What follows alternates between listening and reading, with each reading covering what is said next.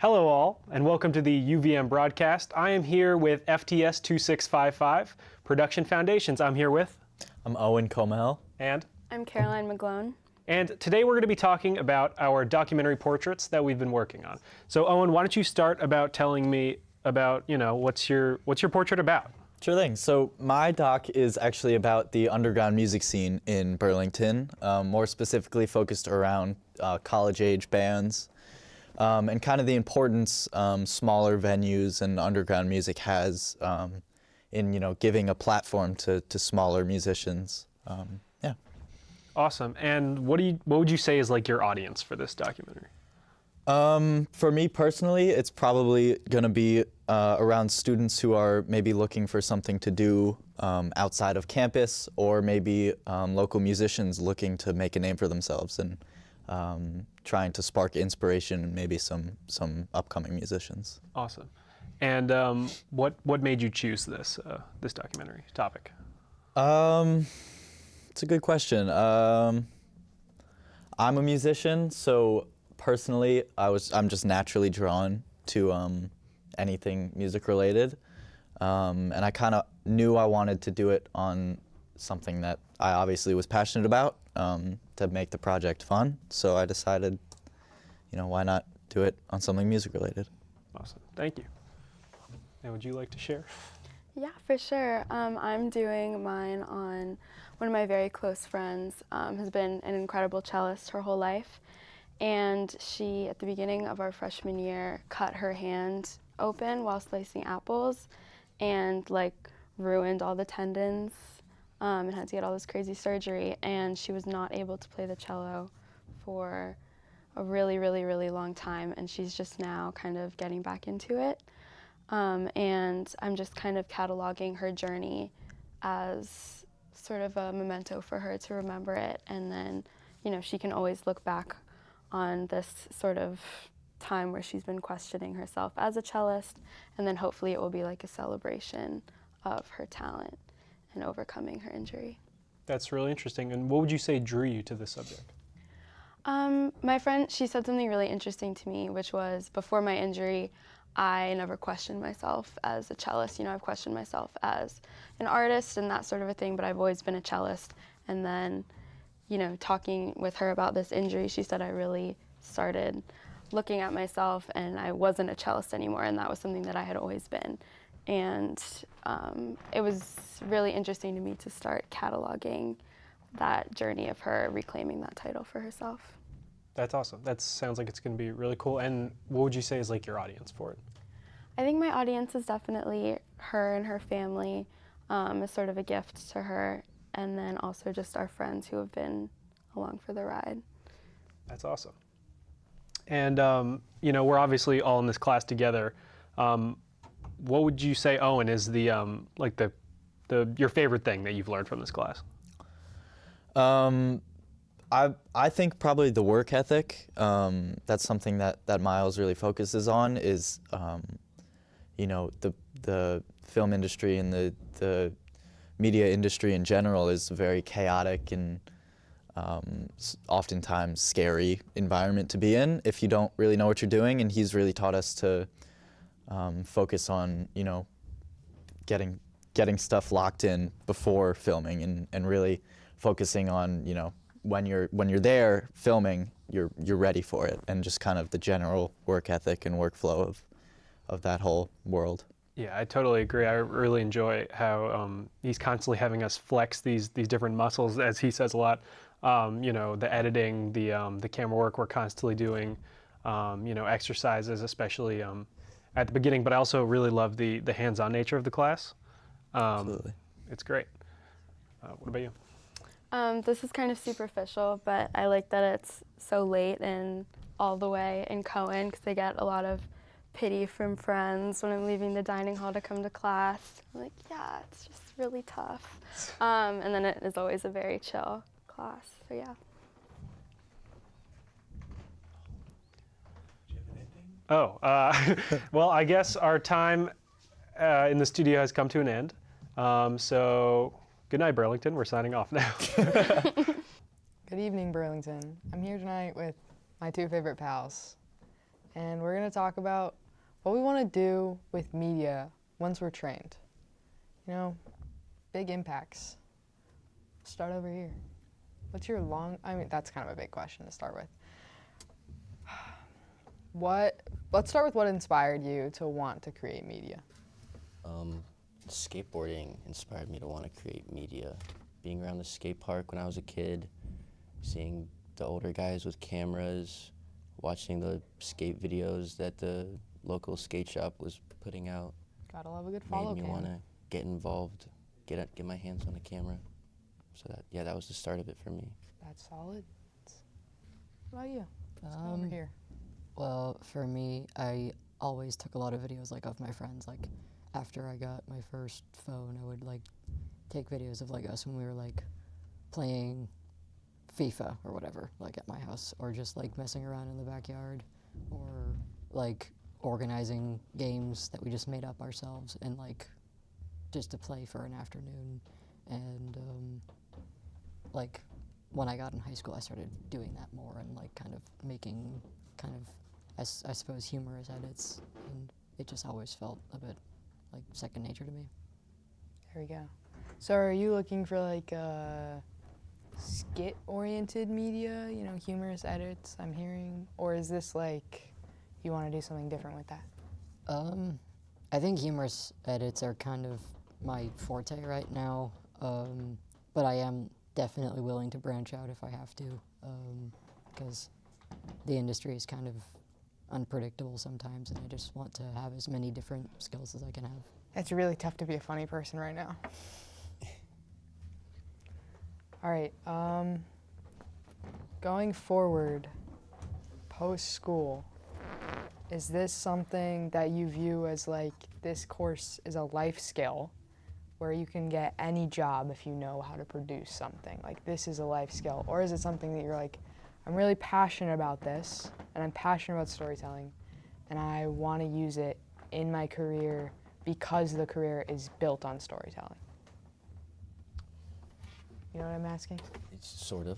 Like, do you want to use it so you can get a job at a really cool company as like a social media producer, or do you want to use it because you're like, I want to find stories and I want to tell them and I want to report on them and direct them?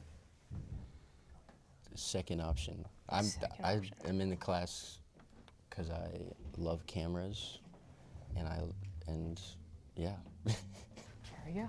There we go. What about you? I think for me it's a mix of both, because I do have some level of passion. Like I really love movies and TV, and I've always been interested in like behind the scenes stuff, how it gets made, and like all the kind of movie magic. I'd always been interested in learning how that works, but like I'm just kind of willing to take whatever job they'll give me. Like if they want someone to hold the camera, I'll do that. Like if they want someone to edit, I can do that. Or like write a review, I can do that too. Solid. Does anyone have any specific inspiration for, like, you said skateboarding, filming, which obviously you go to a skate park, there's lots of guys like down follow camming with rigs. Any specific skateboard movies, skateboard short films that are like really were moving to you in wanting to do that? Yeah, I grew up in Asheville, North Carolina, and the local skate shop there is called Push.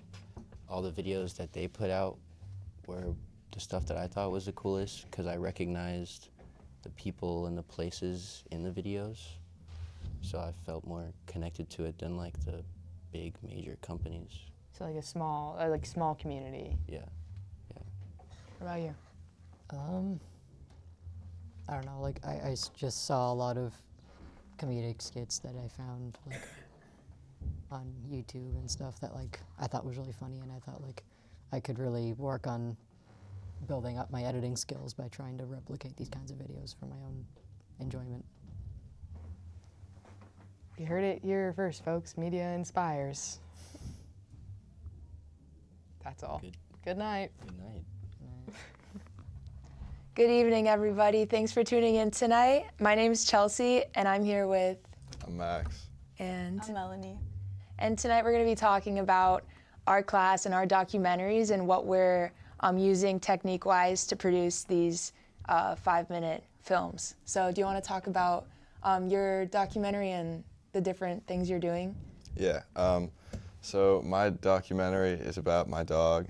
Right now at this current stage, it's more about me and my dog, but I'm working to focus it more on her, just so I can get like some type of snapshot in time for when she's no longer with us. Techniques I use, I have like this shitty camera that I got from Walmart, and I'm trying to work around the parameters of that. Oh wait, where am I looking? Wherever. Yeah, so the way I go about it right now is just go on the walk with her and just take like mental screenshots in my mind, like thinking about like, if this would be a photograph, would this be, you know, pleasant to look at? And yeah, so right now it's just me, so all my shots are stills. Yeah, and that's what I've been doing. Cool. What kind of dog do you have? Her breed's a black-mouthed cur, which is, I don't know, it kind of looks like a Labrador, but just like a black mouth. And she's got like eyes that are like mascara, so she's, yeah, really cute. Nice. Yeah. And what about you? I'm making mine about fast fashion, and I'm basically just gonna get a bunch of footage and try and like see what I can focus in on based on like what seems the most impactful and like detailed. But I'm interviewing a professor at UVM who teaches a sustainable fashion class, and she got her undergrad in like textile science, so I'm gonna like focus on what your clothes are specifically made of and like who's making them, sort of like to have somewhat of an impact, but try not to be too much like global and try and focus on like local businesses and like stuff like that, and like what people at UVM are wearing, because there's definitely somewhat of a fashion scene here, I would say. And yeah, that's kind of what I'm doing. Have you thought about like filming locations? Or are you thinking more like interview style with like kind of like a B-roll of? I'm thinking both. I'm thinking of just going on campus and just getting like candid footage and then like interviewing that professor and like local business downtown and sort of just getting like B-roll, but also like close-ups of interviews, yeah. Cool. What about you? For me, so I'm making my documentary about my roommates and our lovely apartment at 361 Pearl Street. And I've been doing, so I have like interviews with all three of them and kind of like a bunch of footage of like around their rooms. I've done each of their interviews like in their bedrooms, and then I've kind of gathered like this other B-roll of like the living room and the shared spaces like the kitchen, and I think I'm gonna like combine it all together like that with a lot of like voiceover. Have you guys thought about sound at all? Are you gonna like incorporate music or anything like that? I got a song right now. It's like no lyrics, just instrumental. I was planning on, like I did record my footsteps walking, and there's some like things in the environment, like there's like some icicles that dripped water, and I recorded all that stuff. Haven't put it in yet though. Nice. But yeah, What about you? I've only really thought about what music I'm gonna use. I'm gonna try and maybe do something kind of like experimental, because I feel like fashion is very experimental. Yeah, definitely. Yeah. Cool. What's your favorite fabric? Oh. It's a really deep question. Yeah, See, I'm not really sure. Do you have one?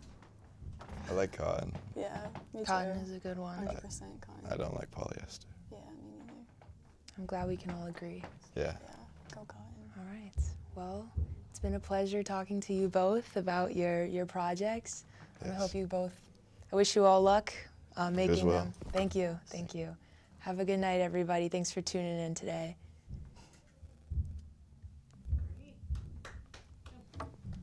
Oh